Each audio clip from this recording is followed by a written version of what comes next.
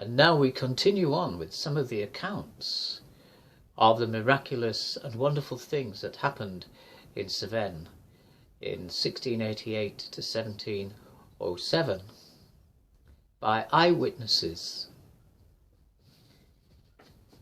Mr. Boyer, in his book entitled The Lawfulness, Glory and Advantage of Giving Immediate and Effectual Relief to the Protestants in Cevenne, printed in the year 1703, says, "When by these unwarrantable methods the Papists thought to have got an entire victory over the resolution of the Protestants, Providence did miserably baffle their hopes by the ministry of those very children whom they had taken so much care to instruct in their erroneous tenets, and who, like so many prophets, roused their parents out of their spiritual lethargy. These new and unlooked-for preachers did not a little surprise the Papists, who, to prevent the effects of their exhortations, endeavoured to insinuate that they were taught by some impostors, and caused some of them to be severely whipped, and others to have the soles of their feet burned, to make them confess the authors of what they spoke.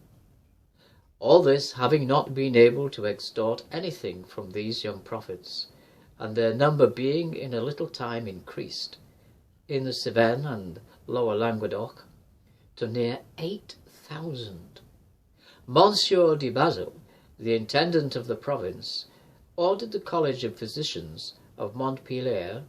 to meet at Uzfez and examine those children. Pursuant to this order, the physicians observed their behaviour, trances, and extempore speeches, although they were surprised to hear young and illiterate persons utter things which they had never been taught, and quote the Scriptures very pertinently, yet being overawed by the intendant, they gave them the name of fanatics. On the other hand, the curiosity of Protestants being by this time turned into an eager zeal to see and hear these miraculous messengers of heaven, several assemblies were made almost every day in Cevenne, to suppress which an order was soon procured from the king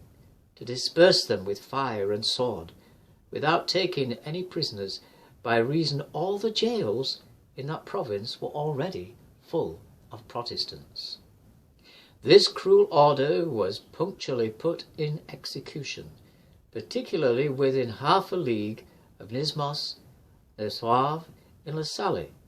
St. Felix, and several other places where several Protestants were inhumanly slaughtered, and 22 at once broken alive upon the wheel, which constrained them at last to arm themselves in their own defence. And so they continued to assemble in the night time, and repel force by force. I would not have mentioned this account of the young prophets of Languedoc, if the fact was not attested